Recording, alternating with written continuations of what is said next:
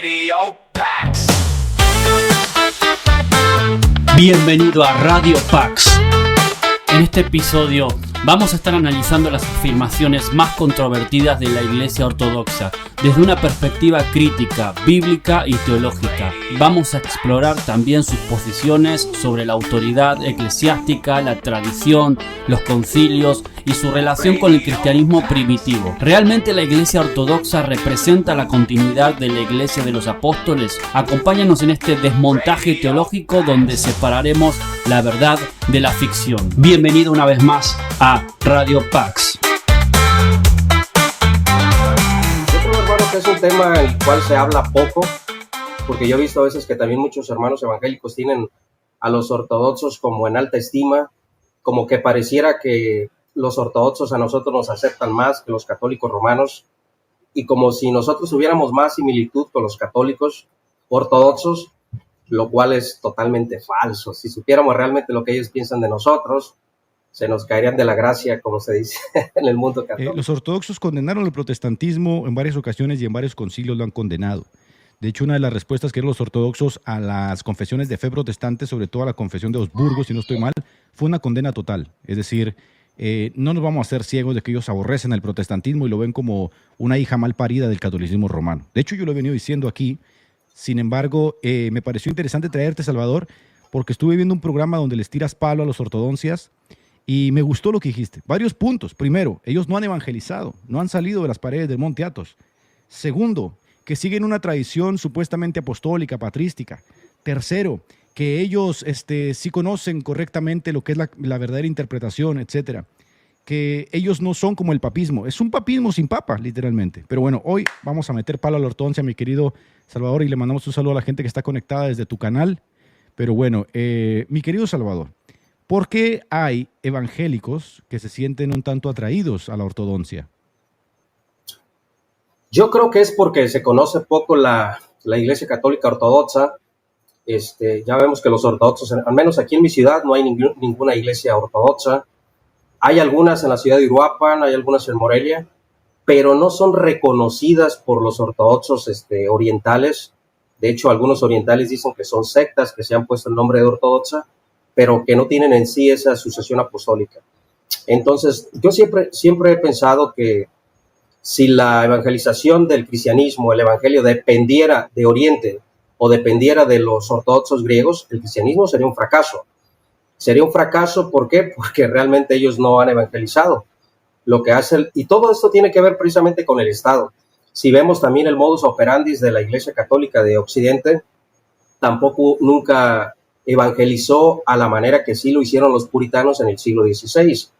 Vemos que son polos opuestos, aunque la Iglesia Católica diga que ellos sí evangelizaron. Bueno, esto depende también en cuanto al sistema político religioso que adoptó Oriente y Occidente, unirse al gobierno, o unirse en este caso al Imperio Romano, y esto tendría que ver de que ya el edicto que se da por Teodosio el Grande, o el edicto de Tesalónica a finales del siglo IV, bueno, pues ya el cristianismo era la religión oficial de Estado, y ya los paganos se tenían que convertir al cristianismo. Pero ellos nunca han hecho una labor de evangelización como lo hicieron los puritanos en el siglo XVI. Las 5 vertientes que nosotros encontramos en la Reforma Protestante, que sí salían a las montañas, que sí salían a los lugares a evangelizar. Algunos monjes sí hicieron alguna labor, pero no es lo mismo, que ahorita lo vamos a ver más adelante. Pero lo que sí quiero recalcar es que cuando los ortodoxos dicen que ellos son la iglesia verdadera que Jesucristo fundó y que ellos son los que guardan esa tradición, los que guardan esa ortodoxia, los cuales nunca se han desviado del pensamiento cristiano primitivo, siempre he pensado, si realmente el cristianismo dependiera de la evangelización de Oriente, el cristianismo sería un fracaso, porque lo que es América, los orientales prácticamente no se han establecido. Aquí lo que llegaron por ahí a evangelizar Morsas, Alaska. Fue lo más lejos que llegaron ellos, Alaska, y a establecer ciertas colonias. Y lo más lejos que llegan también en el papel de evangelismo es estructurar trabajo de migrantes, ¿no? O de personas que han salido de la ortodoxia y que se establecen fuera de los límites de las zonas autóctonas. Ellos tratan como de acobijar a esas personas por alguna forma. Pero papel evangelístico como tal es un fracaso total. Mira, tú lo acabas de decir. Si yo quisiera ir a una iglesia ortodoxa con mi familia, congregarme en una iglesia ortodoxa con mi familia, ser ortodoxo, no hay posibilidad en la zona donde yo vivo. No existe la ortodoxia. No Además, hay. no la conocen, ¿no? Acá en México se celebra Guadalupe, no se celebra Climaco, ni Afren el Sirio. Nadie conoce esas vainas. Si tú quisieras ser ortodoxo y te tomaras en serio la ortodoxia, tú no puedes. Entonces, es un fracaso total. Son pocas las opciones que tenemos respecto a si la ortodoxia fuera la verdad, no podríamos ser ortodoxos, lo cual es terrible, ¿no? Bien, para la gente que está llegando, estamos hablando de la ortodoncia, de cómo algunos evangélicos han buscado un refugio en la ortodoxia y vamos a desmentir el cuento de que la ortodoxia es una mejor opción. Sin duda tiene un poco más de visión antipapista, ¿no? Pero en última instancia, la ortodoxia griega sigue siendo un formato bastante ajeno a lo que vendría propugnando el protestantismo como tal, que vendría siendo la mejor recuperación de la teología primitiva. Así que para eso hemos traído a Salvador Barragán. Mira, ¿qué es lo que hacen los ortodoxos? Los ortodoxos dicen que son la iglesia verdadera de Cristo porque pueden reclamar una sucesión apostólica hasta... Ellos dicen que tienen la sucesión apostólica hasta Pedro. ¿Será eso verdad? ¿O se puede probar eso? Bueno, eso no se puede probar por ninguna parte. Ellos, los ortodoxos, no se quisieron quedar atrás en el cuentito de que también tenían la sucesión apostólica. Tú sabes que la iglesia de Antioquía afirma tener la sucesión apostólica de Pedro. La iglesia de Roma, que afirma tener no solo la sucesión, sino los huesos del mismo Pedro. Vete a saber dónde los agarraron esos huesos. Pedro no estuvo en Roma. Y los ortodoxos, tratando de montarse en el caballo, dijeron que ellos tenían la sucesión por medio de Pedro a través de su hermano Andrés. Es decir, exacto. Ve tú a saber de dónde sacaron esa mentada sucesión o línea de Andrés, pero que viene muy posterior a donde estaba el debate de la sucesión apostólica, que era un jueguito de palabras. Dijeron, nosotros también la tenemos, ¿no? Y por lo tanto la tenemos por medio de la línea de Andrés, que siendo sinceros yo no sé qué tiene que ver con Pedro, pero bueno, trataron también de montarse en el caballo de la sucesión, ¿no es así? Pero es falso, o sea, es espurio totalmente eso. Pero ellos dicen tener la sucesión apostólica por medio de Andrés. ¿Qué es lo que sucede?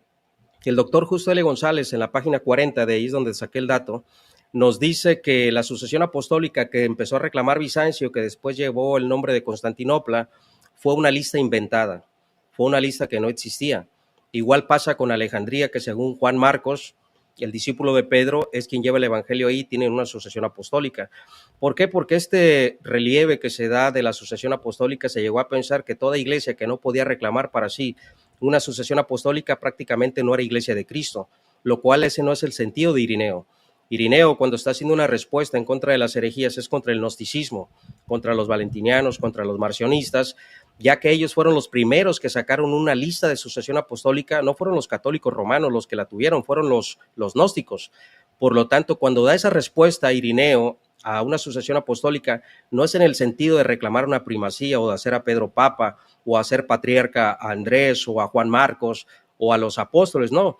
El sentido es que ellos podían demostrar una conexión doctrinal hasta los apóstoles, ya que los gnósticos decían que ellos tenían una revelación secreta, el cual ellos eran los encargados y los responsables de poderla transmitir a la iglesia, pero que no había hecho revelada dentro de la tradición escrita que portaban en aquel tiempo Irineo.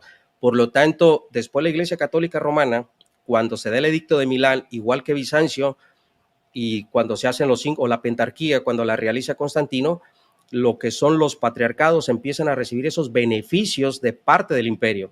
Por lo tanto, ser obispo de Roma o ser obispo de Constantinopla, que después de Bizancio pasa a ser Constantinopla, en honor a Constantino, bueno, esos dos patriarcados que eran las dos capitales imperiales, recordemos que cuando muere Cloro, el padre de Constantino, había dos gobernantes en el imperio romano que se dividían. Después Constantino a su oponente lo derrota y Constantino pasa a ser el único emperador de todo el imperio romano. Entonces, cuando pasa la capital a Constantinopla, a Bizancio, porque es una ciudad estratégica, como era un hombre de guerra, sabía que estaba en medio, rodeado de mar, y era una ciudad del cual podía estar protegida de sus adversarios, ya que estaban los godos y los visigodos amenazando el imperio romano, y pasa la capital a aquel lado. Por lo tanto, si Occidente o Roma ya tenía a Pedro, pues la segunda capital imperial no se podía dejar de Occidente, de Roma. ¿Y qué fue lo que hicieron? Bueno, agarraron al apóstol Andrés y dijeron, bueno, aquí nos bancamos con Andrés, aquí tenemos una sucesión, y quién más que el hermano del grandísimo apóstol Pedro, para no dejarse, pero no existe una lista. El asunto de la sucesión apostólica, que se vuelve tan representativo para ellos, es una cuestión que no puede ser probada. Es más, nosotros hemos hablado abiertamente de la supuesta sucesión apostólica de cómo esto tiene su origen en los gnósticos, y el propio Ratzinger lo reconocía, y cómo fue un juego político, ¿no?, para tratar de validar la cuestión de las sedes. Y el asunto es tan claro que cuando nosotros investigamos, por ejemplo, el ascenso del papado con los estados pontificios y cómo la figura del papa se va construyendo, como dice George Demacopoulos, encontramos estas listas que empiezan a surgir en la historia, ¿no?, que son falsificaciones. Encontramos documentos espurios, como lo anotó Matteo Constantini, pero parece muy interesante que la sede de Constantinopla intenta también validarse dentro de esta jerarquía de poder, y ya no solo le basta que el emperador la valide y que se vuelve la sede del emperador, sino que también quieren encontrar una suerte de sucesión apostólica que ellos buscan por medio de Pedro. Ahora, el cuento de si Pedro estuvo en Roma o no estuvo en Roma, que también lo hemos abordado aquí hasta el cansancio, no cambia en nada la realidad de cómo se llevó a cabo esa forma sinodal, ecuménica, a través de los concilios, de dirigir las sedes patriarcales en aquel entonces. Hasta el día de hoy, los ortodoxos griegos y la Iglesia papista occidental siguen en pique por reconocer ciertos cánones. Los griegos dicen que el canon 28 de Calcedonia les da ellos cierta representación a la sede de Constantinopla. León no acepta el dicho canon, los católicos dicen que eso está mal, etcétera, etcétera, lo cual demuestra la lucha de poder que se han venido dando hasta el día de hoy. Esta lucha que tiene que ver mucho con el estar del lado del emperador, estar del lado, por supuesto, del movimiento político de turno, etcétera, etcétera. Por supuesto que el patriarcado de Occidente, al ser el más grande y el más poderoso, terminó por atomizar totalmente a Constantinopla, de Oriente más fuerte, terminó por atomizarla, terminó poniéndole un patriarca latino ahí, y el asunto es párale de no contar. Pero bueno, ahorita que suba el padre ortodoxo, que debo decirles una cosa, los ortodoxos hoy por hoy se jactan, ¿no?, en sus canales de ellos ahora tienen una plataforma por la cual ellos quieren hacer trabajo evangelístico, pero la mayoría de ellos son de Occidente. Es decir, la mayoría de comunidades protestantes, como el padre Juan, que era luterano, y luego brinca a la ortodoxia y empieza a escrachar al protestantismo. Luego tenemos otros tíos que en Occidente creen haber ahí encontrado la panacea en la ortodoxia y empiezan a escrachar a protestantismo y a catolicismo papista, lo cual es un sentido de pertenencia muy exclusivista que demuestra justamente lo que venimos diciendo, que estas instituciones que se vuelven un tanto arrogantes se jactan siempre de que ellos tienen la última palabra. Pero bueno, yo, por ejemplo, si está aquí el padre, lo retaría a un debate sobre el tema de las imágenes del Segundo Concilio de Nicea, que es como la colina donde morimos, para ver si es cierto que ellos pueden probar que esta es una tradición primitiva. Es más, ahorita lo reto a que suba y que nos demuestre con la tradición de que en efecto la iglesia primitiva adoraba imágenes, veneraba imágenes, y que pueda probar los dichos del Damasceno a través de la tradición apostólica, la tradición patrística, los padres apostólicos. Pero bueno, la palabra, Salvador, te ves mucho mejor.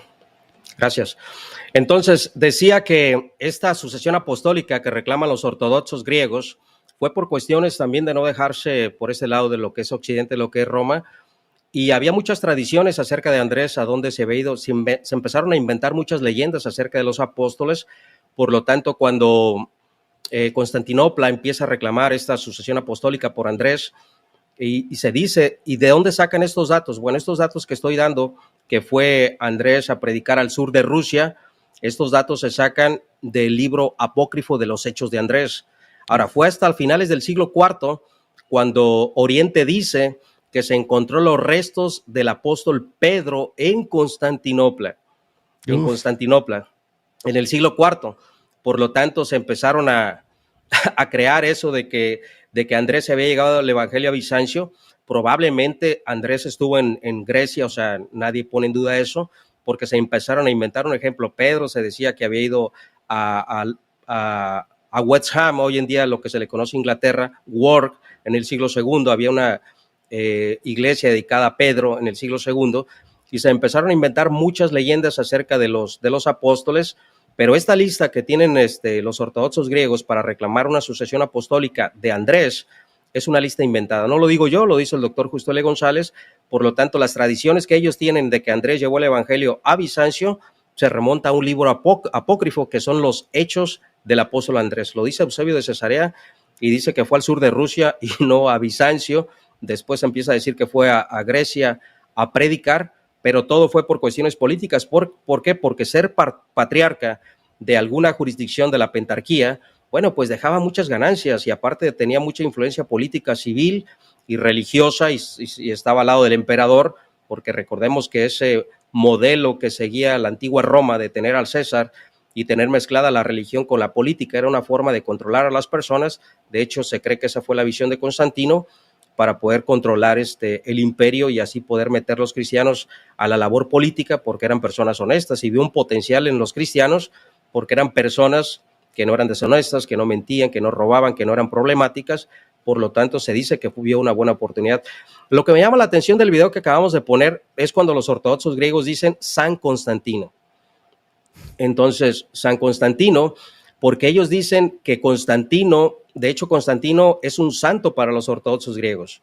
Constantino siempre aparece en los íconos ortodoxos junto con su madre Helena, y cuando dedican la fiesta patronal a Santa Helena, dicen los ortodoxos griegos, bueno, ahí están los íconos junto con Constantino, y de hecho los ortodoxos griegos dicen que Constantino intercede en el cielo por ellos, y que algún día ellos se van a encontrar con Constantino en el cielo, y por lo tanto Constantino es recordado como un santo y venerado por los ortodoxos griegos. Un hombre que asesinó a su esposa, que asesinó a su propio hijo, porque creía que estaba haciendo estos tíos veneran a Irene, ¿no?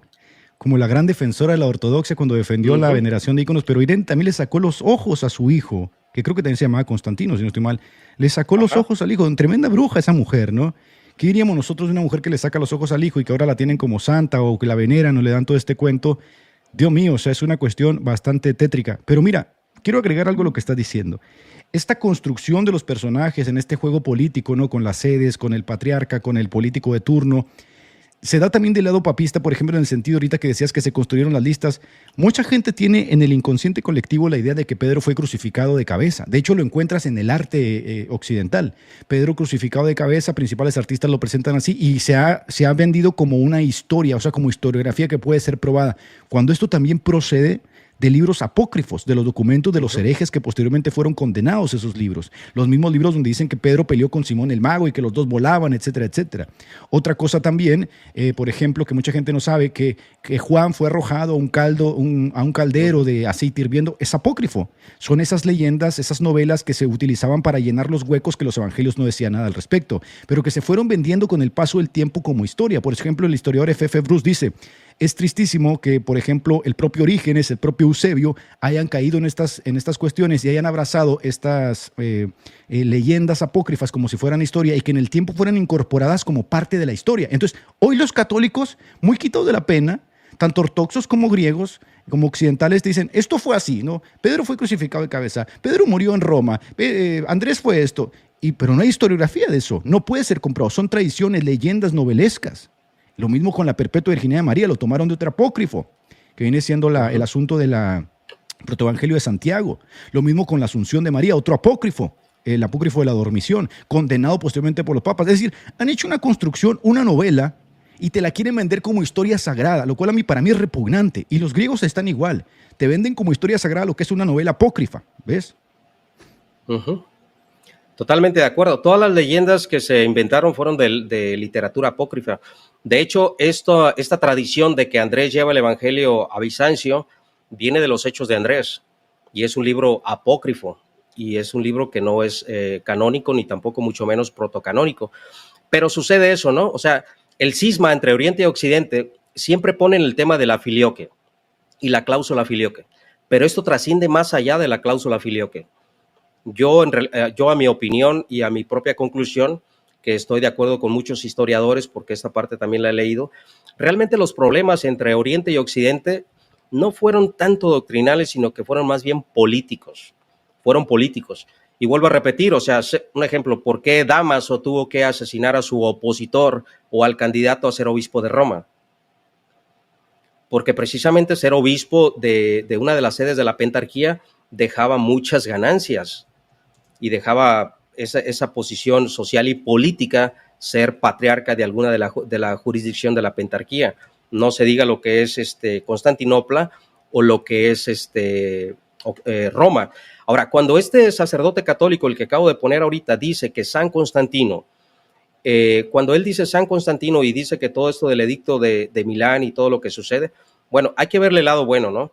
Yo creo que en aquel tiempo los cristianos que eran perseguidos, porque las persecuciones eran bárbaras, las torturas eran bárbaras, yo creo que Dios sí permite que se haga ese edicto en el sentido para que pare la persecución. Pero de ahí a poner a Constantino un ejemplo, él mismo acaba de decir, Constantino, y esto también lo dice Eusebio de Cesarea, se autonombró como el obispo de obispos. El obispo de obispos. Y por ahí nadie condenó a Constantino y nadie levantó la voz para decir que ese título no le correspondía a ningún hombre. Incluso Atanasio tampoco lo hizo, aunque fue expulsado como 2 o 3 veces por Constantino. Pero Constantino se autonombra lo que es obispo de obispos. Constantino es el que manda hacer la catedral de los 12 apóstoles. Constantino, cuando muere, se hace enterrar junto con los apóstoles y se autonombra como el 13º apóstol. Y esto lo dice Eusebio de Cesarea. Y los ortodoxos griegos están de acuerdo, que Constantino se ponía a la par de los apóstoles, que Constantino es el 13º apóstol. Y eso a mí se me hace de ver una reverenda barbaridad de parte de los ortodoxos. Bien, lo que quiero decir al respecto de esto, Salvador, es que cuando tú hablas, por ejemplo, de la tradición, es una palabra que va a ser muy manoseada tanto por ortodoxos como por latinos. La tradición, la tradición, la tradición. Nosotros tenemos la verdadera tradición, ellos tienen la verdadera tradición, nosotros compartimos la tradición. ¿Eso es verdad o es puro cuento también? ¿Qué me dices al respecto de esto? Yo quiero meter unos choripancitos al respecto, pero creo que tú tienes algo interesante que decir. Claro. Cuando hablamos de la tradición, un ejemplo, ellos siempre van a lo que es la patrología, y eso sí, los orientales son más patrísticos que los occidentales. O sea, los orientales sí leen más patrística y tienen más acceso a esa documentación antigua porque ellos leen griego, y los grandes eruditos de la época salieron de Oriente. Vemos a un Ignacio en Antioquía, vemos a un Juan Crisóstomo, también de Antioquía, vemos a, bueno, Agustín no es tan bien visto por los ortodoxos y no es tan considerado, nunca van a comparar a un Juan Crisóstomo con un San Agustín, porque San Agustín era occidental y aparte el tema del pecado original, cosa que no aceptan los ortodoxos griegos. No es bien visto Agustín de Hipona, pero los orientales cuando hablan de la tradición, yo siempre he preguntado, ¿no? Los orientales creen en la tradición en cuanto a los hijos de María, creen que los hijos de María, ¿de quién eran hijos? Dicen ellos creen que era de un matrimonio antiguo de José. De José, exacto. Entonces, los occidentales dicen que, por eso Luis Toro le encuentra hijos a los hermanos huérfanos de Jesús y dice que son hijos de María, una hermana de María. A ver, fíjate nada más lo que acabas de decir. A ver, hay muchos puntos ahí interesantes. Tú me estás diciendo que los ortodoxos, siguiendo la supuesta tradición, dicen que los hijos de María son de un matrimonio antiguo de José, ¿verdad? Uh-huh. Mientras que acá los latinos dicen que los hijos de María son una suerte de primos, de parientes cercanos, etc. Los dos dicen estar siguiendo la tradición para establecer el supuesto dogma de la perpetua virginidad de María. Pero aquí hay un punto más interesante, porque independientemente si María tuvo más hijos o no, no se sigue, es un non sequitur, es una falacia non sequitur, que María no haya podido tener relaciones con su esposo. Ella pudo haber tenido relaciones con su esposo y aparte pudo haber no tenido hijos. Pero fíjate cómo me meten todo en el mismo paquete y dicen que todo lo traen de la tradición y lo perpetúan como un dogma que se debe creer so pena de anatema. Pero bueno, ¿quién tiene la razón entre los latinos y los ortodoxos? Los dos se van a agarrar de los pelos diciendo que ellos tienen la verdadera tradición. ¿No es así? Exacto.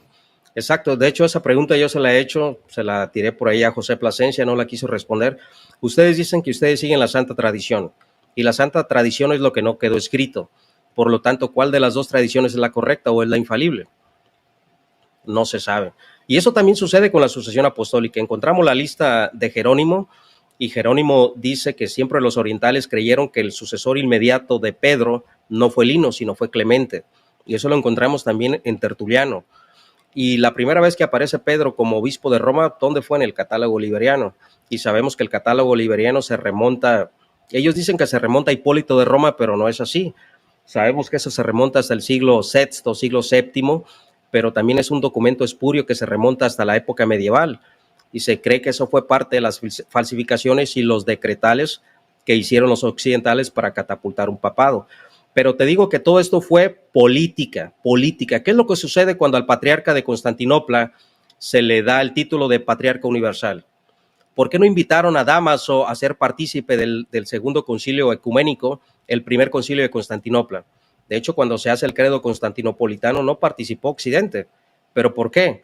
Porque precisamente en ese concilio, por el emperador, se dice que la sede de Constantinopla tiene el mismo honor que la sede occidental de Roma. Entonces los occidentales se molestaron porque decían que cómo eran de arrogantes de poner a Bizancio, a Constantinopla, a la par de Occidente, donde venía el Santísimo Apóstol Pedro. Entonces, todo esto fue política y no fue aceptado. De hecho, Dámaso no aceptó Constantinopla y fue aceptado Constantinopla por León Magno, pero tiempo posterior, pero rechazó un canon. Rechazó el canon cuando se dice que Constantinopla tiene el mismo honor que la Roma. Por lo tanto, todo esto fue cuestiones políticas, pero ¿qué pasa cuando Gregorio Magno también se da cuenta que se le quiere dar el título de patriarca universal al patriarca de Constantinopla? Dice que eso es totalmente del anticristo, eso es diabólico y sataniza esa parte, pero él lo hacía Gregorio el Magno porque no se le había dado a él, porque después él lo acepta. Él lo acepta. O sea, en este juego político se utiliza de forma cristianizada el lenguaje y se estira de forma romántica, porque ciertamente Gregorio Magno dice, no, nadie puede llamarse patriarca ecuménico, patriarca universal, pero al final de cuentas él acepta, ¿no? Muy decentemente y muy modestamente dice, pero yo soy el patriarca ecuménico. Otra cosa, Salvador, entramos al segundo siglo y los orientales y los latinos se agarran de los pelos nuevamente, Víctor y los orientales, las iglesias de Asia, porque no se logran poner de acuerdo con el asunto de la Pascua. Y entonces en Oriente dicen que ellos siguen una tradición, la supuesta tradición del apóstol Juan. Pero acá en los latinos, en Occidente, dicen que ellos siguen una tradición, la tradición de los supuestos apóstoles Pedro y Pablo, etcétera, ¿no? Y se agarran de los pelos, Víctor, intentan atemizar a las iglesias de Asia, interviene Ireneo, se hace un desastre. Pero a ver, si entonces ellos dicen, fíjate lo que ellos dicen, que sola escritura, dicen ellos, hace que los protestantes estemos divididos, pero ellos no tenían sola escritura y ya en el segundo siglo estaban divididos. Es más, tienen miles de años divididos al respecto del tema de la Pascua, porque según ellos la tradición, que están siguiendo la tradición de los apóstoles, allá los orientales dicen una tradición, los latinos tienen otra tradición, y los dos dicen que son de los apóstoles y se agarran de los pelos porque no saben cuál realmente es la tradición correcta. ¿Qué dices al respecto de eso? Claro. Mira, vemos la discusión que tiene, más bien que la que hace Policarpo, que viene a tierras occidentales, para ver ese problema de la Pascua. Pero hay una discusión muy interesante entre Polícrates y el obispo Víctor. Polícrates a finales del siglo II, esto también lo relata Irineo, y esta discusión que tiene Polícrates precisamente es porque Polícrates está en contra de la celebración de la Pascua a modo occidental. Y ahí ese es un buen argumento también para decir, o sea, siguen una tradición. Y los dos dicen que la santa tradición, no sé si los orientales dicen que sea infalible como lo creen los papistas, pero los dos siguen una tradición y ese cisma siguió. De hecho, podemos ver lo que es la Navidad. Los orientales no creen que Jesucristo nació el 24 de diciembre. Exacto. Ellos dicen que nació a principios de enero. Siempre hubo tradiciones diferentes. Siempre hubo tradiciones diferentes. De hecho, nosotros encontramos también que se prohibió incluso en alguna época, y no estamos hablando del cisma, encontramos que los orientales siempre también pretendieron tener el control de la iglesia. ¿Por qué? Porque los orientales se sentían con ese poder, porque en su mayoría casi los emperadores eran orientales y estaban en Constantinopla. Entonces ellos pretendieron también por estar encima de Occidente, aunque ellos digan que no y que nunca pretendieron, claro que sí. Y las cuestiones de entre Oriente y Occidente fueron políticas totalmente. ¿Por qué? Por el poder y la ambición. ¿Qué es lo que sucede con el cisma? Un ejemplo, cuando viene Pipino, que es el abuelo de Carlomagno, el rey de los francos, muere Pipino, después viene Carlomagno, y Carlomagno sí le apuesta su apoyo total a Occidente, y olvida un poco a los orientales. Ahí encontramos las pretensiones ya de los papistas, del papa en turno. Ahí es cuando sale a flote lo que es la donación de Constantino, cuando se apoderan de las tierras de Roma, un documento apócrifo totalmente exacto. Empiezan a salir los decretales por Isidoro de Sevilla. Por lo tanto, Occidente empieza a maquinar todo para ir deshaciéndose de Oriente y para estar por encima de Oriente. ¿Qué es lo que hace Oriente? Oriente le apuesta por el otro lado. Entonces, esas pretensiones y esos problemas que hubo entre los orientales y occidentales, a mi opinión, sí hubo cismas en cuanto a la tradición, pero para mí que fueron más políticas. Simplemente Occidente ganó. Occidente ganó porque los francos apoyaron a Occidente y los papas, arrogándose el título de la sucesor de Pedro y arrogándose que a Pedro se le había otorgado las llaves, empezaron a manipular también a los emperadores en turno para irse deshaciendo un poco de lo que son los orientales. Fíjate qué interesante lo que dices, porque el asunto de las llaves, ¿no? Yo tengo, por ejemplo, escritos ortodoxos que refutan el asunto de la iglesia, algo irónico, mientras que los utilizan a los padres de la iglesia, aparece el asunto de las llaves, lo cual demuestra la doble interpretación que se le puede dar a los padres de la iglesia estirándolos a más no poder. Pero lo que más me parece interesante, Salvador, es la arrogancia con la que luego se habla desde el lado latino como desde el lado de la ortodoxia griega. Y ahorita si quieres subir un ortodoxo, de verdad, lo invito a que suba, ortodoxo a que defienda esto. Porque cuando escuchas tú, por ejemplo, como dice en su libro acerca de las actas del Segundo Concilio de Nicea, Richard Price, los discursos de Tarasio de Constantinopla dice textualmente que besar íconos es la fe y que de los apóstoles lo tomaron. Por lo tanto, quien no siga la fe de los apóstoles de besar cuadros, íconos, que viene del concilio quinto y sexto, ni siquiera viene del concilio segundo de Nicea, los íconos, la iconografía, el que no siga esa tradición está negando la fe de los apóstoles. Y yo digo, a ver, en el siglo XXI, cuando tenemos acceso ya a través de la metodología de las nuevas ciencias, una de ellas la historiografía, a toda esta documentación y este universo de información de qué creían los padres apostólicos, que serían los más cercanos, uno dice, ¿dónde carambas está el asunto de besar cuadros como la fe de los apóstoles? Y luego cuando uno lee, por ejemplo, los dichos del Damasceno de besar íconos, uno se da cuenta que los dichos del Damasceno están más cerca de Celso el pagano que de los padres apostólicos prenicenos. Entonces, fíjate cómo se van eso lo dice Orígenes, ¿eh? Sí, que Orígenes es preniceno.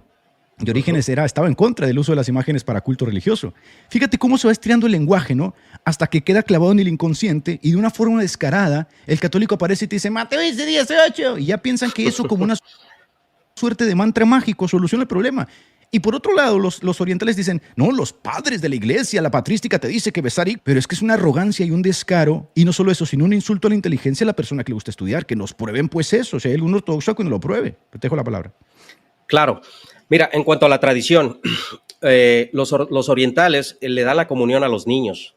Para un oriental, el niño pasa a ser católico desde el bautismo, también para los occidentales, pero los orientales hacen partícipe de la Sagrada Eucaristía, dicen ellos, a los bebés, los occidentales no. Por lo tanto, si los dos tienen la tradición, a mí me gustaría saber cuál es la tradición correcta. Nunca hubo un consenso unánime entre Oriente y Occidente, es más, ni en la Trinidad encontramos tampoco esa plenitud de la fe entre Oriente y Occidente. No está tampoco. ¿Por qué? Porque los orientales, los acusaron los occidentales a los orientales de casi rayar en la subordinación de Orígenes, cuando ellos creen que el Padre es la fuente de todas las luces, y en cuanto a la procedencia de la divinidad, que hay que aclarar que proceder no es crear, ¿verdad? Cuando se habla de la filioque. Por lo tanto, también en la Trinidad tienen sus pequeñas variantes. Si nosotros leemos a los capadocios, vamos a ver que los capadocios no pensaban igual que los occidentales. Juan Crisóstomo, cuando habla de la martología, cuando habla del pecado, tampoco cree igual que los occidentales. Entonces, en cuanto a la Eucaristía, los ortodoxos sí hacen partícipe a los niños de la Eucaristía, los católicos hasta que no hacen la primera comunión y hacen la confirmación.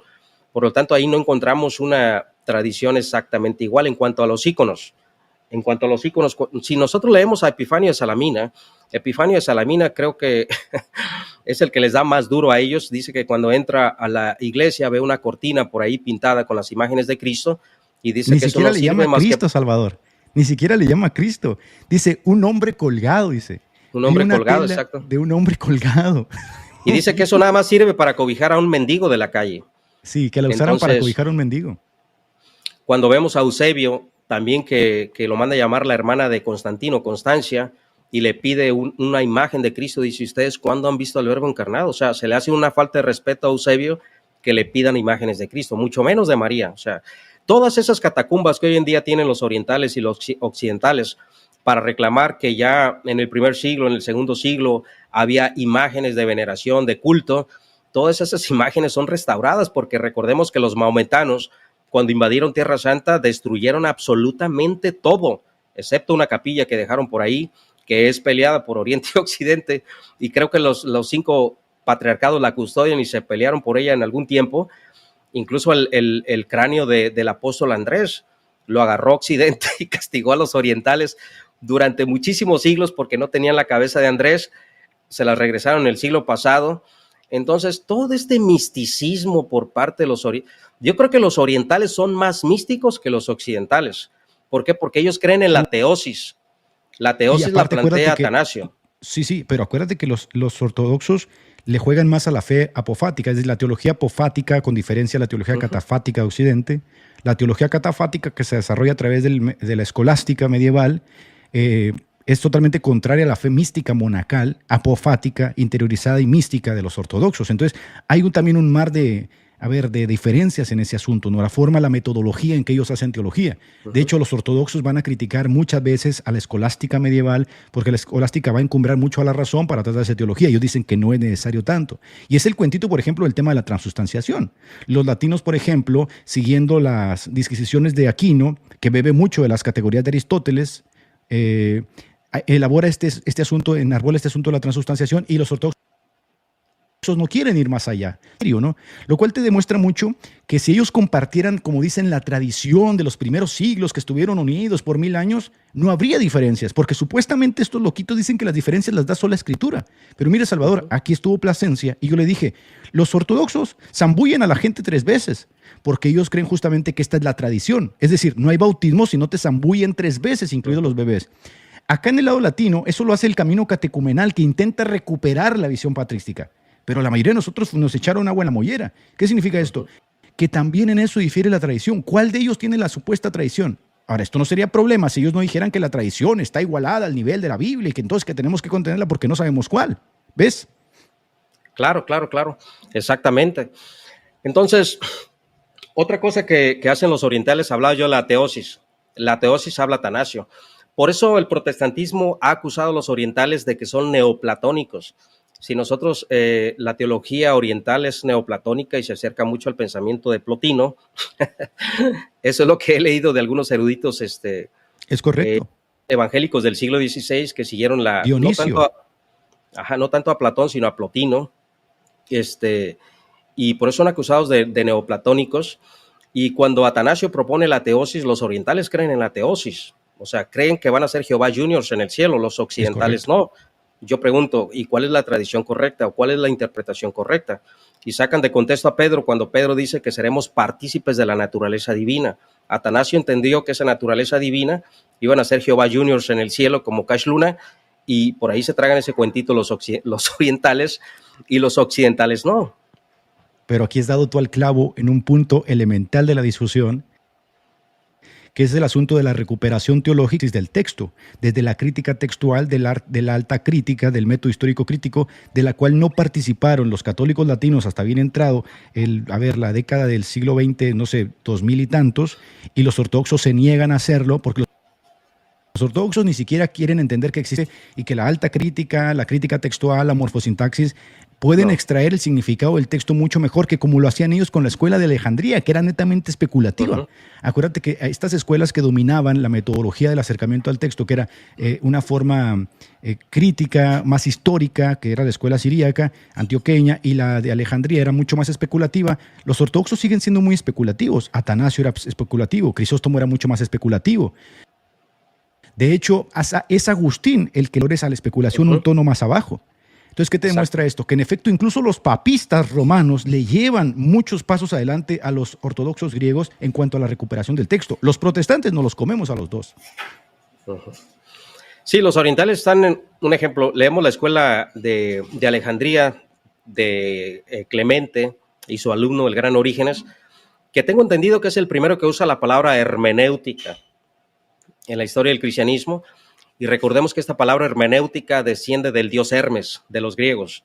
El dios Hermes era quien le comunicaba el lenguaje de los dioses a los atletas, los que participaban en los atletas en cuanto a la dedicación de los dioses del Olimpo, para que no vean por ahí las olimpiadas, porque eso es pagano. Y también le comunicaba el lenguaje de los dioses a los filósofos, Hermes. Por lo tanto, de ahí se deriva la palabra hermenéutica. Y Orígenes le da un sentido de hermenéutica, de interpretación, pero del texto sagrado. Entonces, por ahí los fundamentalistas también ya no tendrían que usar la palabra hermenéutica porque desciende del paganismo. Ni no les diga lo que es exégesis, pero cuando leemos a Orígenes, la alegorización de Orígenes es tremenda. O sea, por eso Orígenes se dice que Orígenes se llegó a mutilar sus genitales porque precisamente todo ese misticismo, ¿no? Se dice que cuando llegó el concilio de Nicea llegaron demasiados obispos mutilados. De hecho, Constantino es quien prohíbe eso, por ese misticismo que había dentro del cristianismo, y ellos pensaban que mutilando los genitales del varón ya no tenían ese deseo por la carne o ese deseo por la mujer. ¿De dónde empezaron los monasterios ortodoxos? De eso, Jerónimo decía que el que se bautizaba ya no tenía que bañarse. Tertuliano Jerónimo, dice... por ejemplo, Jerónimo, el asceta loco ese, por ejemplo, le escribe en sus cartas a las señoras, ¿no? Que a él le escribía, le decía, en cuanto nazca la niña, lo mejor es que la metas a un convento, porque acuérdate que con Jerónimo se da esta magnificación de la mujer, reivindicándola a través de la virginidad. Que no era más que ese prolegómeno del ascetismo, cristianismo. Es decir, no viene del núcleo judío o del judio-cristianismo. Lo encuentras en el ascetismo griego. Y Jerónimo, por ejemplo, que entraba en ayunos hasta hacer un trapo de huesos, le escribía a las mujercitas y es lo mejor para a través de la virginidad, porque este es el camino que Dios ha escogido para la mujer, obviando totalmente el texto de Pablo que dice que la mujer se salvará engendrando hijos, es decir, en su papel de madre. Pero obviamente aquí entendemos, por ejemplo, cuando él se enfrenta al vídeo, que ya hay en el proceso de magnificación de la mujer, ya hay una intención de ver a María como esa sublimación perpetua de esta es la mujer por excelencia, el arquetipo y el prototipo de lo que, el modelo exactamente. ¿Y qué tienes en María? Hace poquito salió una película de Netflix de María, andaban los católicos papistas arrancándose los pelos porque en la película la presentan con dolores de parto. Dolores de parto no pueden ser en María porque ellos siguen la conclusión lógica del texto y dicen, si María nació sin pecado, que es el dogma de la Inmaculada, que irónicamente tampoco los ortodoxos lo creen, si María nació sin pecado y los dolores y la muerte y la enfermedad vienen a causa del pecado, ¿cómo es que María tiene dolores? Y se andaban arrancando los pelos porque crearon un arquetipo, una sublimación de la mujer. ¿Te das cuenta? Otra evidencia de que no se acercan al texto para extraer a través de la sintaxis, a través de la morfosintaxis, a través de la semántica, a través de la crítica del texto, lo que nos ofrece la hermenéutica, la exégesis del texto, se acercan a través de sus propias presuposiciones místicas, dogmáticas, erróneas. Y en eso le llevamos 1000 ventajas, Salvador. Claro, claro. Ahorita que estás comentando eso de María, y te puedes imaginar un ejemplo. Por eso los orientales son acusados de neoplatónicos. Un ejemplo, cuando se lee a Platón, y Platón habla de lo que es el mundo inteligible y de lo que es el mundo de los sentidos, de lo sensible, entonces hace una separación en cuanto al mundo sensible y al mundo inteligible. Si leemos a Plotino no lo separa. De hecho, la palabra hipóstasis, cuando se habla que es el conjunto de cosas o las cosas en un concepto, no la separa, pero ¿de dónde es donde viene la corrupción según el platonismo o el neoplatonismo? Del mundo sensible. De hecho, los gnósticos creían eso y creían que toda la materia era mala, que todo lo que tenía que ver relación en cuanto a la carne era malo, y por eso ellos creían en el dios Dimiurgo, el cual había sido creado por el dios desconocido, porque era el arquitecto del mundo. De hecho, Irineo habla de Dimiurgo, pero dice que Dimiurgo es el dios verdadero de la Biblia, el cual es el arquitecto del mundo. Por lo tanto, los ortodoxos griegos, cuando empiezan, porque viene esa filosofía, yo creo que los padres de la iglesia también metieron el montón de herejías al cristianismo y todo ese misticismo griego también. Entonces, ellos llegaron a pensar que todo lo que tenía que ver relación en cuanto a la materia, en cuanto a la carne, bueno, pues los podía llevar a pecar, malinterpretando a Pablo cuando Pablo habla de la carne. ¿Por qué nosotros los cristianos no estamos de acuerdo con eso? Bueno, el modelo de Dios cuando hizo a Adán y a Eva, que era materia, no estaban corrompidos en cuanto a la carne. Y tenemos una teología totalmente diferente a ellos, incluso en el pecado también nosotros. Pero te puedes imaginar que Orígenes se mutila. Se cree que a Nicea llegaron un promedio de 314 obispos y demasiados obispos llegaron mutilados de sus genitales. ¿Por qué? Por esas creencias.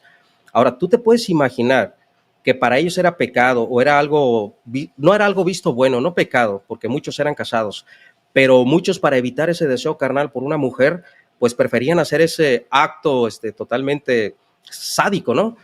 ¿Te puedes imaginar tú que alguien pensara que la Santísima Madre de Dios iba a tener relaciones sexuales con José? No, eso era...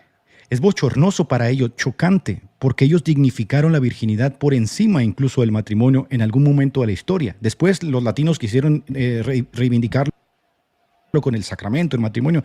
Hay que no es un fenómeno que viene desde la era patrística. Hubo listas de sacramentos de hasta 100 sacramentos, ¿sí?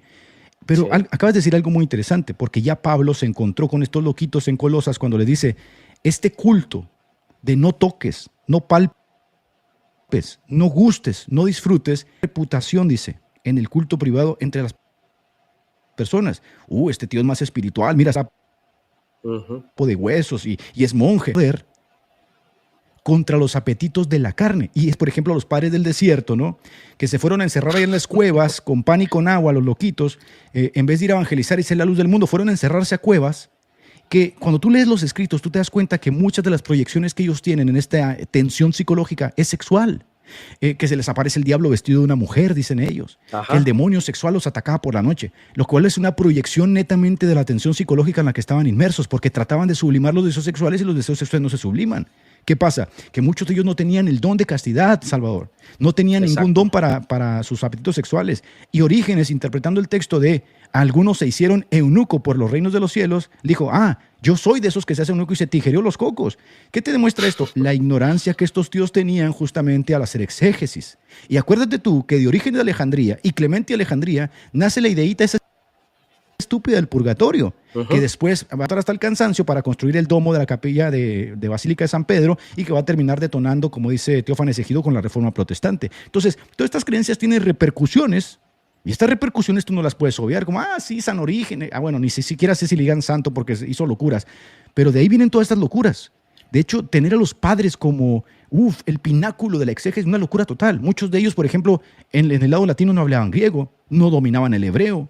Y tú sabes, por ejemplo, que del texto de Génesis 3:15 se hizo el dogma de la Inmaculada Concepción. Es una mala interpretación. Cuando tú extraes el significado desde el hebreo, te das cuenta que ahí no habla de ninguna mujer ni le da relevancia al texto. ¿Ves? Una tontería total. Claro, si leemos nosotros a Tertuliano, Tertuliano dice que el bautismo se debe posponer. Tertuliano yo creo que es uno de los más fundamentalistas que podemos encontrar en la era prenicena. No hay otro, yo creo, más fundamentalista que Tertuliano. ¿Por qué? Porque Tertuliano tenía la creencia de que cuando una persona se bautizaba ya no tenía que pecar. Entonces, para Tertuliano, bautizar a un joven era algo apresurado, por lo tanto se debería de posponer el bautismo, porque él, una vez la persona bautizándose, ya no podía pecar. Entonces, de esa manera interpretaban ellos los textos. Pero sí, a mí me da risa cuando escucho a los católicos, incluso a los orientales, ¿no? Los orientales basan prácticamente su creencia y su teología en la escuela antioqueña de Juan Crisóstomo, el gran boca de oro, que yo no pongo en duda, o sea, tampoco... El trompa de oro, así le dicen, sí. Sí, el boca de oro. Entonces, Juan Crisóstomo, pero de ahí encontrar un consenso unánime en los padres de la iglesia de que todos creían una tradición exactamente igual, es una reverenda locura, porque...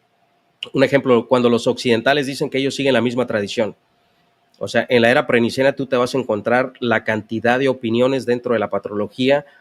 De hecho, cuando los orientales hablan acerca de que ellos tienen una sucesión apostólica por Andrés, hay que rastrear el rastro para ver si podemos encontrar esa sucesión de Andrés, lo cual nunca se va a encontrar. En cuanto al rito, un ejemplo, los ortodoxos griegos para confesar a un ortodoxo, ellos no creen igual que los católicos romanos. El católico romano repite las palabras de aquel concilio lateracense cuando se dice te absuelvo de tus pecados, que fue después de la época medieval. Los ortodoxos griegos no hacen eso. El cura ortodoxo lo que hace es que sirve como un asesor espiritual que escucha al confesor, lo escucha, pero él va a ser su asesor espiritual para fortalecer al penitente. Bueno, ellos no creen ni siquiera en las penitencias tampoco, como creen los occidentales, para escuchar al pecador, pero va a servir de asistente o de ayuda y para poderlo fortalecer y para que no caiga en su pecado. Pero no tienen el mismo sacramento que los occidentales. Cuando ellos dicen que reclaman una tradición y que creen exactamente igual, es totalmente opuesto del pecado original. En cuanto si el alma la infunde Dios como creación o el alma se transmite por medio de las leyes naturales, las cuales Dios ha dispuesto en el hombre. Fue un gran problema también entre Oriente y Occidente. ¿Por qué los orientales? Tú, Salvador, que siguiendo la teoría de Agustín, muchos creyeron que el ánima, se llamaba la teoría del ánima retardada, el alma ingresaba al niño a los 40 días de concepción. mientras que en las mujeres ingresaba a los 90 días. De hecho, Tomás de Aquino va a hacer incluso implicaciones de que la mujer es un hombre en potencia y los padres de la iglesia van a sobajar a la mujer en muchos de sus escritos. Claro. De hecho, en alguna parte del tiempo en la iglesia ortodoxa se les prohibía en la menstruación asistir al culto. Y todo este tipo de cosas son por las implicaciones de lo que ellos derivaban del texto. Ellos extraían del texto significados que le dieron forma a letos de su cultura religiosa. Entonces, hoy, en el siglo XXI, acercarnos con esos ojos anquilosados al texto es un...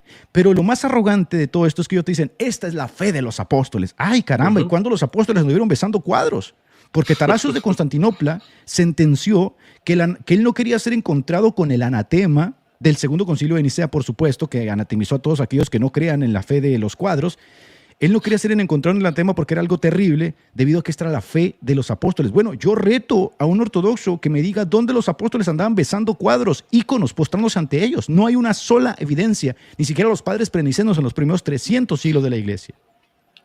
Claro, mira, yo creo que esto se remonta, bueno, hace rato estábamos mencionando Orígenes, hay muchos escritos de la era prenicena donde los cristianos no tenían cuadros en sus templos o en sus casas de oración. Por ahí se saca, por ahí en una iglesia, la Dulus Europos, creo que es la iglesia más antigua que se ha encontrado hasta hoy en día, del siglo III, se usaban cuadros ilustrativos. Se cree que fueron con fines didácticos en el siglo II. No hay pruebas históricas así reales. De hecho, Lutero habla también acerca de ello, por todo lo que se vivía en el primer y en el segundo siglo.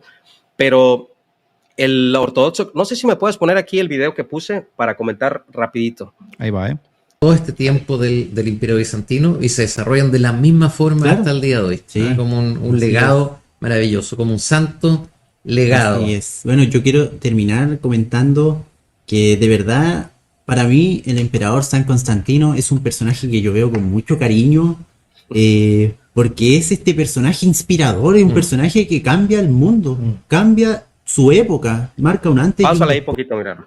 Ahí pausa. Sí. En lo que es la historia universal y la historia de la iglesia, y porque es un personaje que el estudiarlo nos permite ver la realidad de nuestra iglesia. Ahí le pausé un poquito, mira. Sí. Cuando él habla de San Constantino, Constantino, ¿por quién fue bautizado? Fue bautizado ¿Por un arriano? si no estoy mal. De hecho, él se bautizó hasta el último y dicen que se mantuvo arriano él. Él fue arriano. De hecho, su hijo apoyó a los arrianos y votó a los nicenos para afuera. Cuando leemos a Julián el Apóstata, ¿por qué quiere restaurar el paganismo?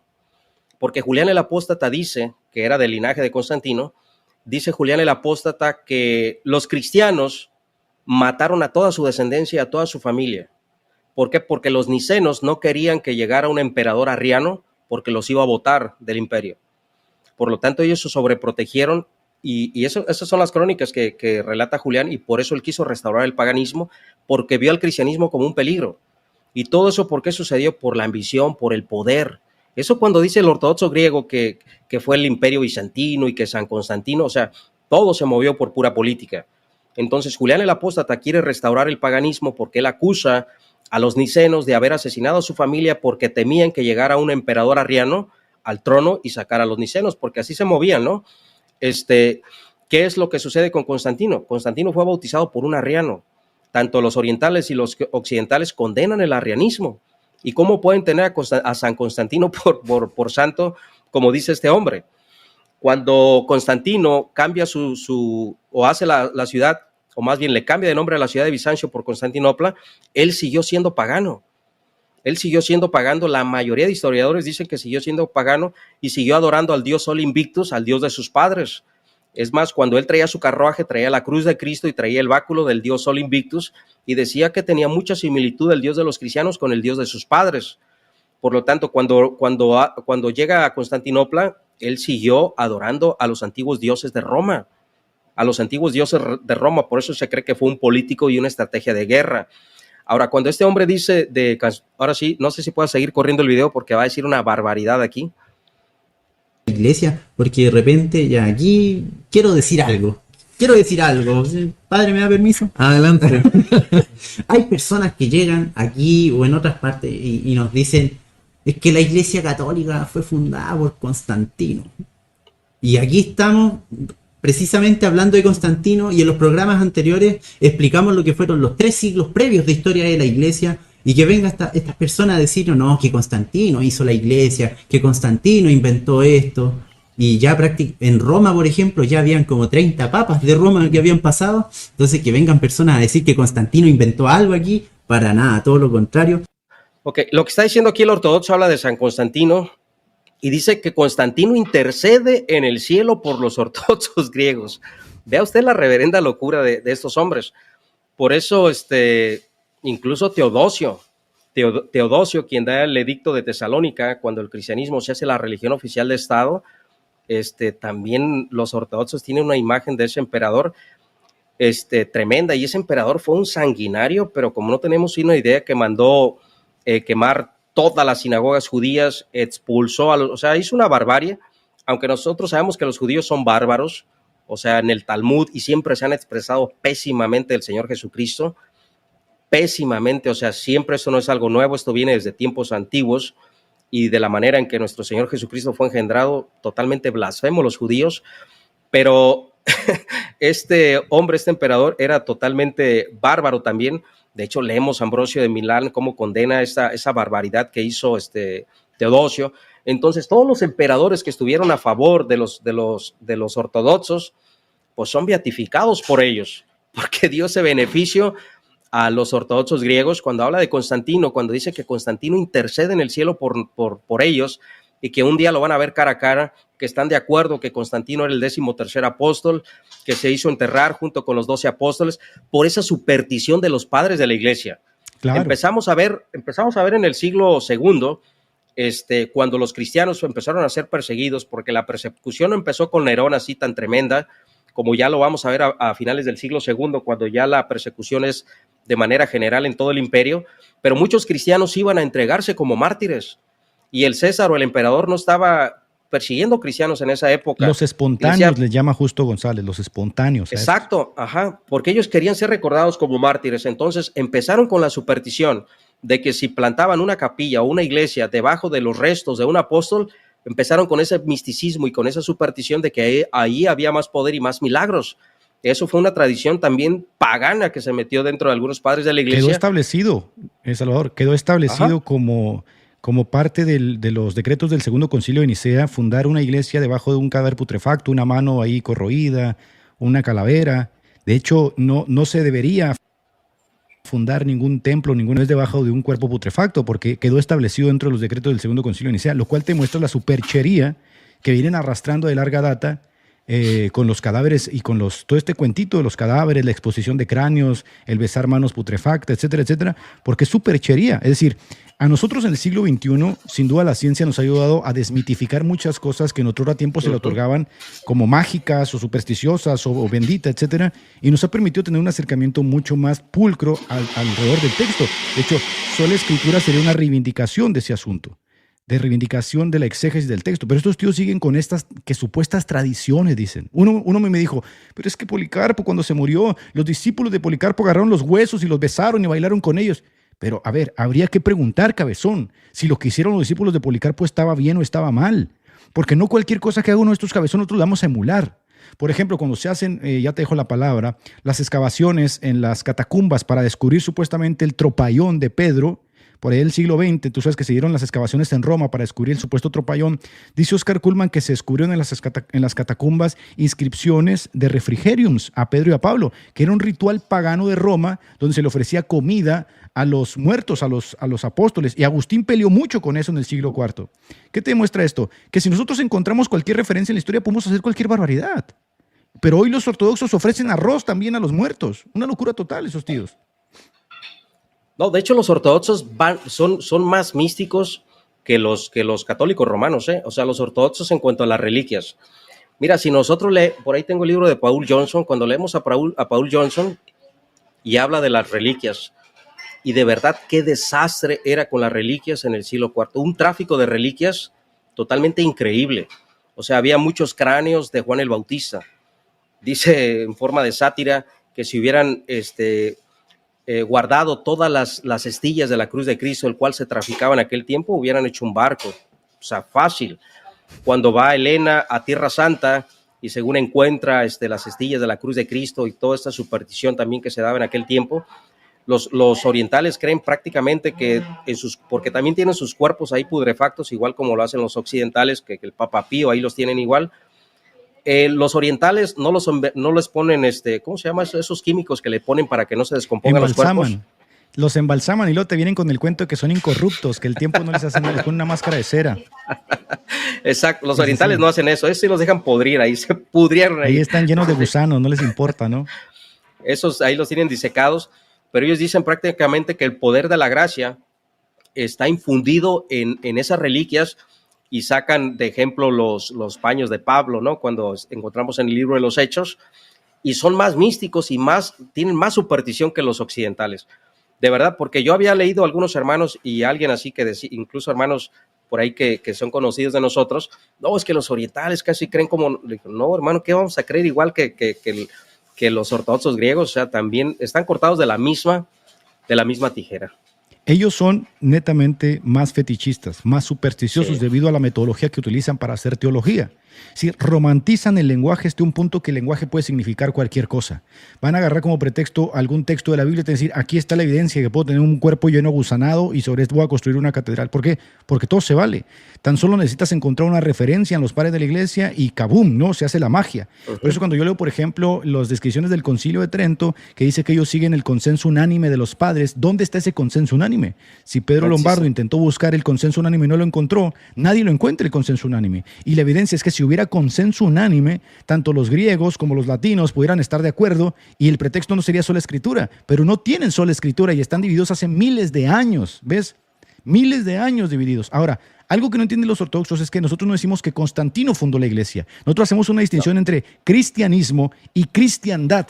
Se fundó la cristiandad. ¿Por qué? Porque todos esos paganos que no estaban arrepentidos, que no habían nacido de nuevo, como Jesucristo dijo a Nicodemo, entraron a formar parte de una nación cristiana por decreto. De manera que todos esos paganos terminaron escalando en el poder, ocupando cargos políticos, ocupando cargos religiosos, no teniendo un corazón regenerado. Queda el nacimiento de la cristiandad que viene a cerciorarse después con el edicto de Milán. Y ahora vamos a perseguir a los paganos. Cristianismo y cristiandad al estilo Soren Kierkegaardiano es muy diferente. El cristianismo vendría siendo un remanente dentro de todas esas instituciones religiosas, ortodoxas, latinas, protestantes. Cristiandad son esos loquitos que piensan que porque Constantino dio el visto bueno para que esta gente adoptara el cristianismo, eso estuvo bien delante de los ojos de Dios. Pues no, Jesucristo jamás nos mandó mandar reinos. De hecho, no deberían haber existido ese tipo de contubernios políticos. Pero bueno, los tenemos en el juego político de los católicos y los griegos besacadáveres. Mira, algo interesante, hermano. Un ejemplo, conocemos la historia de los donatistas, ¿no? Y los donatistas eran como los macabeos. De hecho, justificaban el suicidio. Locos. Eran unos guerrilleros que se bancaban con quien sea. Y los donatistas agarraron el libro de Macabeos y justificaban la guerra y andaban por ahí echando. O sea, San Agustín no los quiere absolutamente ni ver ni en pintura a los donatistas. Pero ¿cuál era la protesta de los donatistas? Los donatistas decían que Dios había dejado pescadores de obispos y no príncipes. Y recordemos que Donato, junto con todo su grupo, fueron expulsados en un sínodo local en Gales por Constantino y su asesor español, ¿cómo se llama? Quien presidió Nicea. Se me olvidó ahorita el nombre. Bueno, y son expulsados los donatistas porque son contendiosos totalmente. Entonces, ¿qué es lo que sucede? Y también lo explica de hecho, yo he hablado aquí por teléfono con el doctor Justo L. González y platicábamos un día acerca de ese tema. Dicen, mira, cuando Constantino llega al poder y Constantino da el edicto de Milán, todo cambió. No podemos decir que Constantino fundó a la Iglesia Católica. O sea, de hecho yo nunca lo he dicho. Pero lo que sí se puede decir es que Constantino sí influye para la paganización del catolicismo romano. Marca un punto de inflexión, por supuesto. Porque cambia las ropas de los obispos. O sea, el obispo no iba a entrar a una iglesia con gente andrajosa, gente pobre, como eran los antiguos obispos, que no tenían ni siquiera templos porque el cristianismo era ilegal, les habían confiscado todas sus propiedades, sus escrituras, las escrituras, perdón. Entonces, cuando Constantino llega al poder, que empieza a financiar precisamente las iglesias, él empieza a quitar y a poner obispos, aunque los católicos y los orientales digan que no es verdad. De hecho, ¿por qué protesta León Magno? ¿Por qué protesta Gregorio Magno? ¿Por qué protesta Bonifacio I? Porque dicen que el emperador no puede meterse en las cosas eclesiales, pero así empezó a ser desde el principio. O sea, ¿quién expulsó a Atanasio? Constantino, porque era un revoltoso trinitario y lo que traía era problemas nada más a las iglesias. Entonces todo cambia el culto, cambia la liturgia, cambian las ropas, cambian los himnos, y ahí es cuando se dice en la historia que vino la romanización de lo que conocemos hoy en día el catolicismo y lo que es hoy en día los orientales. A partir del Concilio Vaticano II, Roma dejó esa romanización y se deslindó un poco de esa romanización imperial, pero cuando llega Constantino sí influye en cierto punto para que empiece todo eso que conocemos Oriente y Occidente. De hecho, muy interesante porque cuando, por ejemplo, lees la diatriba que lanza, esa perorata que lanza Celso contra los cristianos, una de las cosas que Celso le recrimina a los cristianos es su poco poder adquisitivo, por decirlo algo. No tenían estatuas, no tenían grandes templos. Y Orígenes, en vez de sentirse mal, defiende ese movimiento parco del cristianismo y dice, no lo necesitamos porque nuestra vida es espiritual netamente. Lo mismo va a decir Lactancio cuando los soldados del emperador intentan entrar al templo cristiano para sacar esas estatuas de oro. No se encuentran más que un libro y Lactancio se ríe de ellos. Todos los padres prenicenos. Agustín va a escrachar muchísimo a los ídolos de los paganos. Pero pasan unos tiempos y te vas dando cuenta cómo el poder político va dándole las herramientas para legitimar de una forma de sentido de pertenencia a estas instituciones ya políticas, porque ya son políticas. Se empiezan a construir las grandes catedrales, se empieza a embellecer a los sacerdotes, se empieza a establecer los grandes concilios. ¿Y qué te muestra esto? Que si no hubiera sido por el poder político, estos tíos estarían comiendo basura. ¿Por qué? Porque las persecuciones otomanas, las persecuciones que se dieron, por ejemplo, las guerras de Lepanto, demostraba que había una fuerza mucho más imparable, que era el Islam, que si no hubiera sido por el poder político, los francos, las alianzas con los príncipes, estos tíos no hubieran logrado nada. Por eso Roma hasta el día de hoy llora como Magdalena, porque los príncipes apoyaron a Lutero porque estaban hartos del papado. Y lloran, ¡ay, destruyeron la cristiandad en Europa! Estaban hartos de que le robaron los diezmos. Cuando llega Tetzel a Alemania, una de las cosas que dice el pueblo alemán, el dinero de Alemania para los alemanes, estamos hartos de que nuestro dinero se lo lleven allá a Roma. ¿Qué te muestra esto? Que estas alianzas, estos contubernios, es lo que le ha dado relevancia tanto al catolicismo romano como a la ortodoxia griega. No están ahorita los ortodoxos lamiéndole la bota a Putin, bendiciendo el patriarca de Moscú la guerra contra los ortodoxos de Ucrania. Matándose entre hermanos, uno bendiciendo las armas del lado de ruso y uno bendiciendo las armas del lado de Zelensky. ¿Qué te muestra esto? Que le sirven al político de turno como fue desde el principio, Salvador.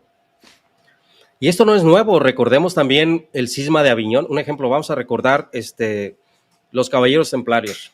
¿Te puedes imaginar toda esa gente que era tan fiel al Papa, en cuidar las riquezas del Papa? Los que traían la leche santa, la leche de la Virgen de Tierra Santa. O sea, todo lo que hacían los caballeros templarios. ¿Y por quién fueron traicionados? Por el propio Papa. Y fueron acusados de herejes que adoraban a Satanás, etcétera, pero todo fue por cuestiones políticas. Por lo tanto, traen ese espíritu imperial de Roma hasta hoy en día.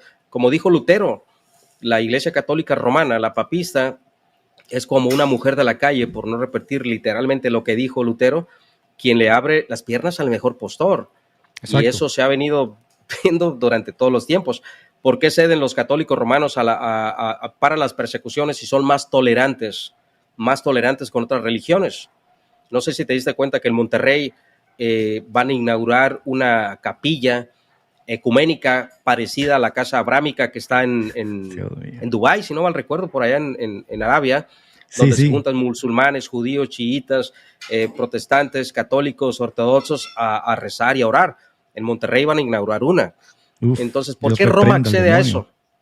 ¿Por qué Roma accede a eso? Porque es una meretriz, esa es la realidad. Exacto. Fíjate, dos cosas aquí, Salvador. Ahorita que decían, mira, puso un comentario, un catrocho ignorante, ¿no? Como de costumbre, mentado José Gutiérrez dijo, los protestantes diciendo que los ortodoxos y católicos tuercen las escrituras para justificarse. Jorge, yo te invito a que subas y nos pruebes con las escrituras y con la tradición, la Inmaculada Concepción, la Asunción de María, la infalibilidad papal, la perpetua virginidad de María. No se va a poder. Pero hay dos cosas que te quiero decir. Mira cuánta era la ignorancia del pueblo en aquel entonces y qué fácil era realmente llevar al pueblo en pos de esas locuras, que se llegó a comerciar en el tiempo de las reliquias una pluma del ala de Gabriel, dando por hecho que Gabriel tenía alas. Es verdad. Empezar, ¿no? Sí, que Gabriel tenía alas, para empezar, que es una mala interpretación del texto, nunca se nos muestra con alas, pero la gente llegó a comerciar eso. También se llegó a comerciar en el tiempo de las reliquias, para que no lo sepa, el prepucio de Jesús. De hecho, tuvo una festividad. Hoy se le llama... Sí, Lo hoy se le tienen, llama y leyenda es pía. venerado. Sí, hoy el catolicismo, como estamos en el siglo XXI, ya no le llama tradición, le llama leyenda pía, ¿no? Cosas que la gente llegó a creer.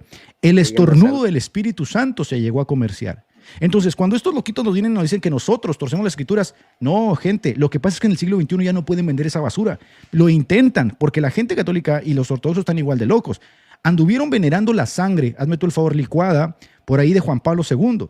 Ahora traen el santo de los millennials para tratar de acaparar a todos esos loquitos que son católicos jóvenes. Los ortodoxos, cadáveres y manos y pies y huesos también, exactamente lo mismo. Hubo un momento donde Lutero dijo, a ver, el escrito de Calvino contra las reliquias fue durísimo.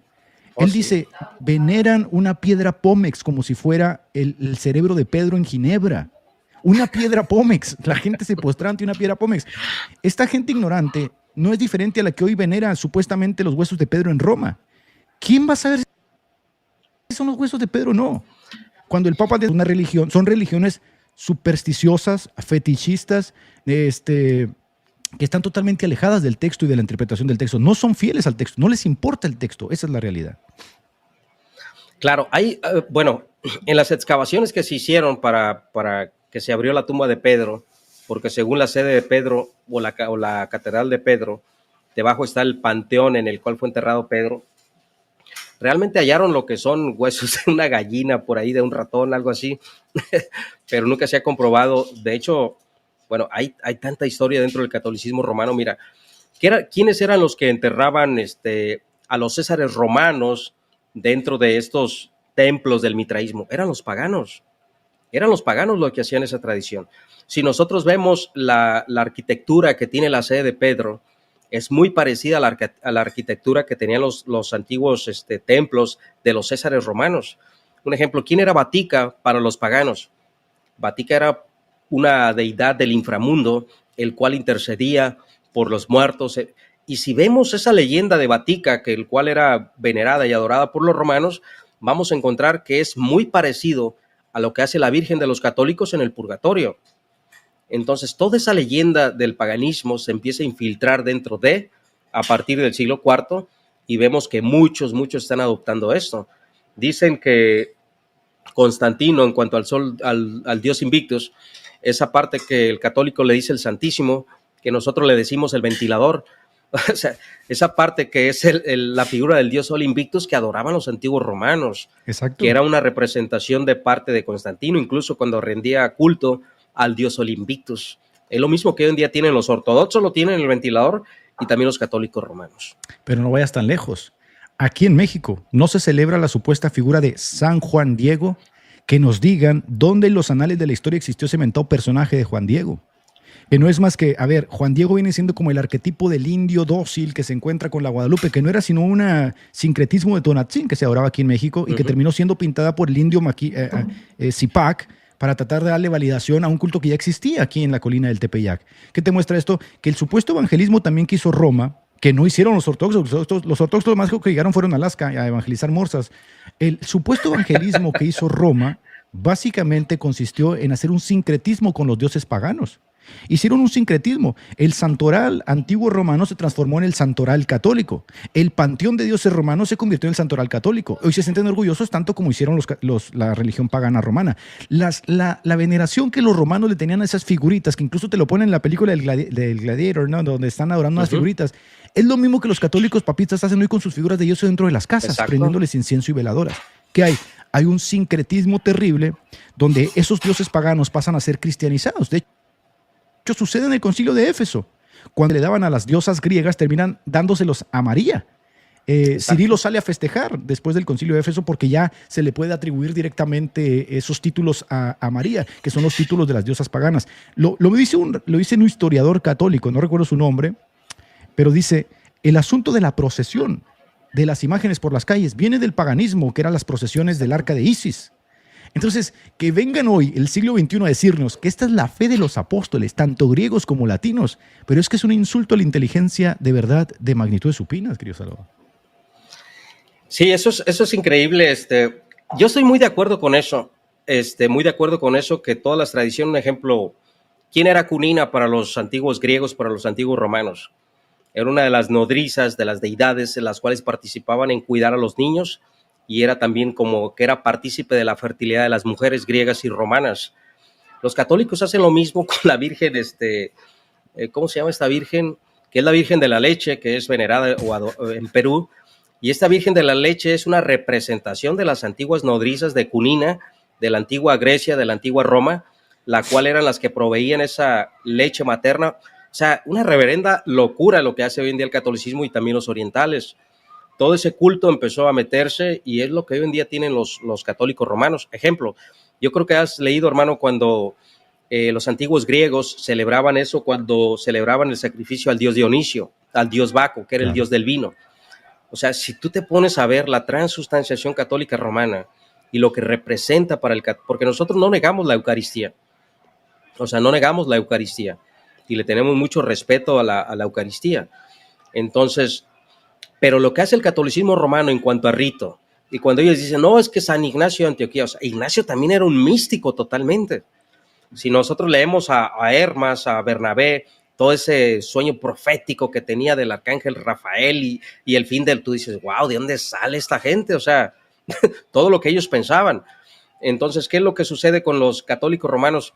Cuando leemos a Dionisio, al dios Baco, el sacrificio, lo que hacía la antigua religión mitraica de los romanos, o sea, yo veo un culto católico romano, de verdad, no veo un culto cristiano. Claro, o sea, si nosotros regresáramos en el tiempo, hay mucha diferencia con el catolicismo, pero regresáramos en el tiempo, siglo III, siglo IV, a la Roma pagana, a cabo su religión, vas a encontrar los elementos, todos y cada uno de los elementos que hoy encuentras en el papismo romano.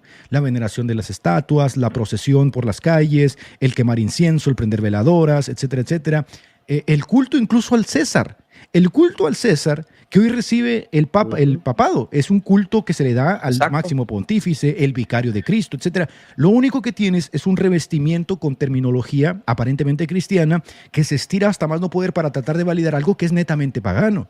Es decir, cuando yo hice un análisis de todas las cosas que los padres de la iglesia llegaron a condenar en algún momento, todas las encuentras en el paganismo, Salvador. Por ejemplo, tú hablaste ahorita de Epifanio de Salamina. Epifanio de Salamina condenó, tú sabes, a los coliridianos. Los coliridianos que habían tomado una imagen supuestamente de la Virgen y le ofrecían tortas, o sea, habían hecho un sincretismo. A esa imagen, ya no era la imagen de las diosas griegas, le dieron la forma de María y le daban culto. Epifanio se quiso arrancar los pelos. Si Epifanio regresara en la vida, se diera cuenta de lo que hacen, por ejemplo, en México, 12 millones, 25 millones de personas con el supuesto Ayate de Guadalupe, se arranca los pelos otra vez. Todo lo que fue condenado en algún momento, el quitarle la copa al pueblo, el prohibir casarse, el ser célibes, etcétera, etcétera, todas fueron incorporados en algún momento del tiempo tanto al papismo como a la iglesia griega. Ahora, la iglesia griega tuvo papistas, pudo tomar un camino, ¿no? Una suerte de camino exegético diferente, pero no, siguen acarreando muchísima de la basura del papismo. El papismo como madre del paganismo, como madre de la prostitución teológica y sincretista, ha infectado totalmente a la cristiandad, no al cristianismo, porque el remanente es indefectible en cuanto a su perseverancia, pero sí ha infectado a la cristiandad. Es decir, todo lo que toca el papismo lo pudre totalmente, hasta el día de hoy. De hecho, el celibato católico tampoco es por consagración del sacerdote que se casa con el cuerpo de Cristo, con la novia de Cristo, todo lo que Roma ha inventado. El celibato católico romano, ¿por qué fue? Fue por cuestiones económicas. Un ejemplo, ¿qué pasaba con una viuda que en aquel tiempo la muerte, pues no había vacunas contra la polio, no nos infectaban por ahí la élite mundial, pero ¿qué es lo que pasaba cuando una viuda quedaba en ese estado? Que el cura o ya sea occidental, moría. ¿Y qué pasaba con sus hijos? La iglesia los tenía que tener la manutención de la familia. ¿Qué pasaba con la casa? ¿Qué pasaba donde vivía? Y se le tenía que dar una pensión. Entonces, para Occidente fue algo ilógico estar manteniendo a las personas, estar manteniendo a los hijos. ¿Y qué dijeron? Bueno, lo más lógico es que no se casen y que no tengan hijos y que no tengan familias y nos vamos a ahorrar ese problema. Y prácticamente el catolicismo romano mete el celibato esa fue una de las causas. Ellos sacan otras causas, de hecho te dan algunos textos bíblicos malinterpretados, pero realmente fue eso. Pasa lo mismo con el diezmo. Siempre se la pasan diciendo, no, es que los protestantes, el diezmo, o sea, los que durante cientos de años quien cobraron diezmo obligatorio fueron los católicos. Fueron ellos. Eso empezó con el rey de los francos, con Carlomagno, cuando pone un impuesto y ese impuesto es dedicado a la Iglesia Católica Romana. ¿Y quién es quien quita los diezmos de manera obligatoria? La Reforma, Lutero y Calvino.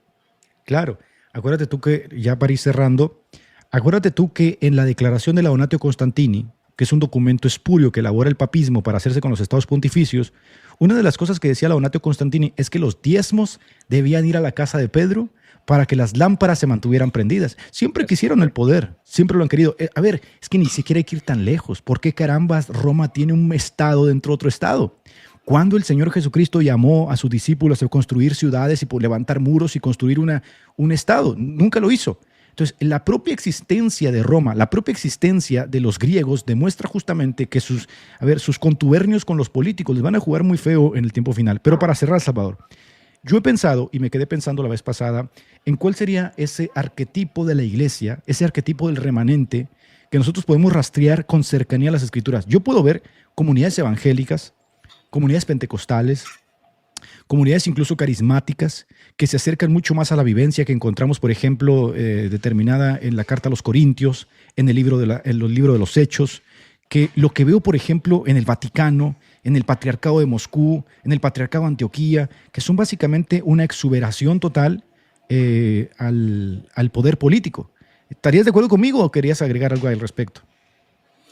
Sí, mira, hablando de la iglesia primitiva, un día yo platicaba por ahí con algún hermano y hablamos de la iglesia primitiva. ¿Cómo era la iglesia del siglo II? ¿Cómo era la iglesia del siglo II? Entonces, la iglesia del siglo II era una iglesia muy parecida a la iglesia evangelical, que es muy criticada también por algunos protestantes históricos, el evangelicalismo de a finales del siglo XIX.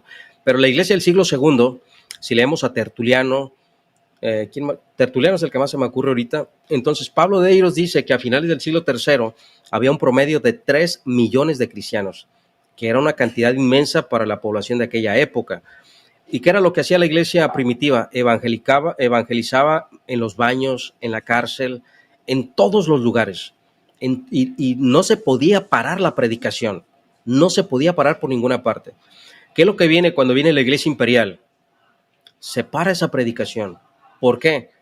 ¿Cuál es el sistema de gobierno o los 4 sistemas de gobierno eclesiales que hay? Está el episcopado monárquico, que es el que tiene la Roma papal. Está el que es el gobierno episcopal, que algunos metodistas, luteranos, cuando el obispo tiene cierta jurisdicción sobre ciertas iglesias. Viene lo que es el consistorio de presbíteros, que son los presbiterianos en Escocia, en Ginebra. Y están los congregacionalistas, que se pudrió todo cuando llegaron los congregacionalistas. Entonces, ¿qué es lo que sucede con todo eso? O sea, tú nunca vas a encontrar un sistema de gobierno en el siglo I, siglo II, siglo III, ni a Oriente ni a Occidente. Son los más alejados de la iglesia primitiva, empezando por el gobierno de la iglesia. Y ahora mezclarse con la política, con el imperio, eso era algo impensable y repugnante para los primeros cristianos. O sea, jamás harían eso. Pero hecho, precisamente ahorita que citas a Tertuliano, fue Tertuliano precisamente el que dijo cosas como ¿qué tiene que ver Jerusalén con Atenas? Oponiéndose en los primeros siglos al contacto teológico o a la mezcla de la teología que vendría siendo de su núcleo judío-cristiano con los griegos. Eso te demuestra la reticencia. De hecho, en los escritos de Tertuliano de prudencia, de la prudencia, este tío es tan radical que literalmente le canta un tío. El Papa decía que podía perdonar el pecado del adulterio porque tenía las llaves. ¿Qué te demuestra? Que en el primer siglo, segundo siglo, esta vaina de que yo tengo las llaves ni siquiera la aceptaban los padres primitivos, los pensadores cristianos primitivos. Se va desarrollando y hoy cualquier apologista mediocre te la escupe como si fuera un mantra de ingeniería social y piensan que ya se cercenó el debate. Cualquiera persona que se mete a estudiar la historia de la iglesia se da cuenta de que esto es un show, o sea, esto es un circo, una romantización del lenguaje que han estirado hasta fines supinos, o sea, impresionante, ¿no? De hecho, ellos cuando sacan a Tertuliano para probar que creía en Mateo 16, 18, como ellos lo creen, lo sacan de contexto totalmente. Porque Tertuliano creía que solo a Pedro, pero no a los sucesores, se les daba ese poder y esa autoridad. Totalmente diferente a lo que creen los occidentales hoy en día. Pero mira, hermano, para resumir, los problemas entre Oriente y Occidente fueron políticos. Aquí el punto es que los occidentales ganaron la guerra. Ganaron la batalla cultural en Oriente, en Asia, los occidentales. ¿Por qué? Porque le apostaron por el que tenía más poderío. Y todo lo podemos ver con los francos, por los francos, los antiguos cismas, porque el cisma de 1054, eso sí, ese desde el siglo IV, siglo V, había cismas entre Oriente y Occidente, y era por la política, por el poder, por la autoridad. Vuelvo a repetir, ¿por qué no invitaron a Dámaso a Constantinopla? ¿Y por qué los católicos romanos no aceptan el canon, creo que es el canon 28 de Constantinopla? Porque se le da la sede igual en cuanto al mismo honor que a Roma. Y eso no le pareció a los católicos romanos. ¿Cómo vas a estar a la par de Pedro? Y para mí toda esa parte de la política entre Oriente y Occidente, la batalla la ganaron los occidentales, que son los católicos romanos. Por eso los ortodoxos están ardidos. Con esto cierro también yo. Yo creo que el papismo romano es la madre de todas las herejías, la madre del paganismo, la madre de la prostitución teológica, la madre del sincretismo, la raíz de todos los males de la cristiandad, y que los ortodoxos tuvieron la oportunidad, al desprenderse de ellos, de hacer teología propia y hacer una reforma realmente a todo ese papismo contaminado. Pero decidieron embeberse de la ira, de la contienda y de la envidia al papismo. Quieren ser iguales a los papistas. Han soñado de larga data con tener el mismo poder que esa sede corrupta, y ahí están obviamente fracasados, que ni siquiera pueden llegar aquí a una ciudad de México, una ciudad de América Latina. ¿Por qué? Porque están encerrados en sus conventos jalándose las barbas llenas de piojos, porque es lo que tienen. Monjes cadavéricos que se muy orgullosos. Aquí no ha entrado ninguna mujer por 1000 años. ¿Qué nos importa? O sea, quédense y muéranse, ¿no? Entonces, otros que se fueron a encerrar a las cuevas que para luchar contra el diablo, y el diablo se les convertía en mujer, proyectando los problemas mentales, psicológicos, sexuales que trataban de sublimar. Todo esto demuestra justamente de que la frase Ecclesia reformada, sempre reformando, viene precedida justamente por la obra del Espíritu Santo, que busca perfeccionar al remanente. Claro. Porque el fin de los pastores, Salvador, el fin de los pastores es que nosotros seamos perfeccionados para la obra del ministerio, pero no solo eso, perfeccionados para la vida futura. Entonces, ¿cómo vamos a ser perfeccionados si andamos besando cadáveres putrefactos? Si andamos encerrándose en las cuevas. ¿Qué hizo la reforma? Se me ponen a trabajar los monjes, sálgase de ahí, ya estuvo con este cuento, y vamos a darle vida al nuevo mundo. Venga, cierra con unas palabritas, un choripancito, mi querido Salvador. Sí, voy a cerrar aquí. Les decía que para mí los ortodoxos griegos están ardidos con los occidentales, porque los occidentales fueron quienes ganó esta guerra y esta batalla, y fueron los campeones, los papistas. En cuanto a la reforma protestante, mira, podemos estar en desacuerdo con muchas cosas que hicieron los protestantes, porque también hicieron sus barbaridades por ahí, dice Gabo, el buen Gabo, ¿no? Pero realmente la reforma para todas las denominaciones evangélicas fue de bendición. ¿Por qué? Porque fueron quienes quienes tradujeron la Biblia a las lenguas vernáculas. Quienes se preocuparon mientras eran perseguidos. ¿Quiénes fueron quienes dieron la Biblia al pueblo? Los protestantes.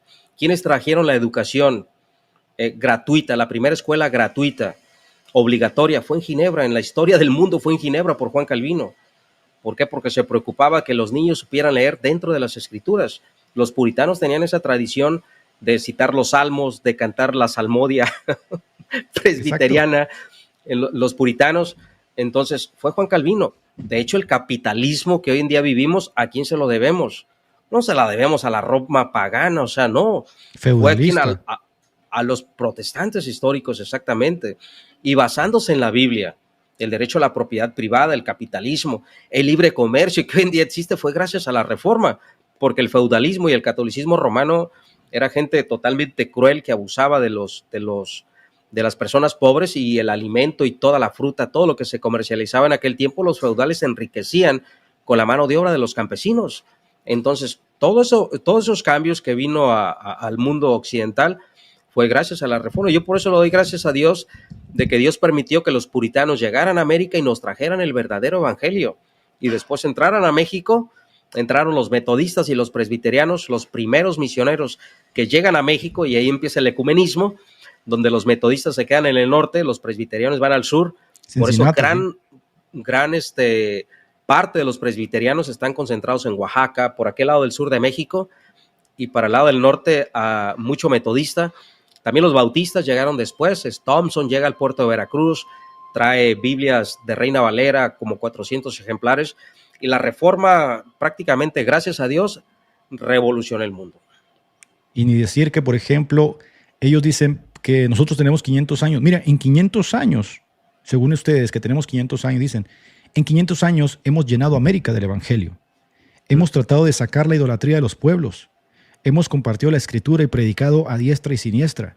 Hoy uno de los movimientos que más crece en África, que son los movimientos de recuperación, allá en África son protestantes. En China, muchos de ellos son protestantes. ¿Qué te muestra esto? Los pentecostales han llenado toda América Latina. Guatemala se puede decir ya que es un país pentecostal. ¿Qué te quiere decir esto? Déjenos a nosotros trabajar y en unas décadas más, si no es que en un siglo, se acaba toda esta vaina del catolicismo nominal y la ortodoxia, estos que te andan evangelizando morsas en Alaska. Ni en su casa los conocen a esos monjes barbudos, piojosos, no. Lo cual te muestra que hoy quieren sacar ventaja, quieren sacar tajada a través de las redes sociales, quieren sacar tajada, llevarse de nuestro pueblo. Se van a topar en roca, ¿no? Una cosa es que podamos reconocer que dentro de la iglesia en su conjunto haya un pueblo de todas partes, de toda lengua, nación, y que también tenemos que reconocer, porque eso viene derivado de la reforma, que también entre los ortodoncios existe un pueblo que tiene que salir de ahí, de entre los católicos, de entre los metodistas, de entre los bautistas, que se reunirá al final de los tiempos de toda lengua, pueblo y nación. Pero decir de ahí a que nosotros podemos congeniar totalmente con ellos, no, esos tíos andan besando cadáveres todo el día de hoy en el siglo XXI. Así que bueno, mi querido Salvador Barragán, te mando un fuerte abrazo, gracias por haber estado hoy con nosotros, disfruté mucho el live, esperemos que no sea la última vez y que vengas más seguido por acá al canal. Ya nos hacía falta un live, ¿no? Ya teníamos... Yo creo que los horarios también y los tiempos, a veces a mí definitivamente se me es imposible transmitir durante el día, pero cuando tengas disponible por la noche, con todo gusto aquí estamos a la orden. Venga, lo bancamos a full. Salvador, te mando un abrazo. Y note que hoy no hablamos de la Alianza Evangélica, ¿eh? Hoy no se menciona la Alianza Evangélica. No digo que no se mencionó la Alianza Evangélica. Gracias a Dios no salió el tema. Oye, si ya no te veo, te deseo feliz Navidad, que la pases muy igualmente, bien y hermano, a tu familia un abrazo. Un fuerte abrazo. Dios los bendiga. Salvador. Que pasen una linda noche a todos. Amén. Bueno, ya nos vamos, hermanos. Espero que hayan disfrutado este live. Estuvo bueno, estuvo buenardo, la verdad. Quiero que ustedes sepan realmente que aunque nosotros podemos hacer una crítica constructiva hacia adentro de nosotros mismos y decir, ciertamente tenemos problemas, yo creo que eso es parte del propio protestantismo. Nosotros nunca hemos vendido el protestantismo como la panacea oficial que le da respuesta a todas las necesidades existencialistas. Es un camino institucional que nos ayuda a transitar por una vereda y canaliza nuestros sentimientos religiosos hacia un fin, pero apostar a que la institución como tal, ya sea metodista, bautista, luterana, etc., es perfecta y responde a todas las inquietudes espirituales del ser humano y teológicas, es un error.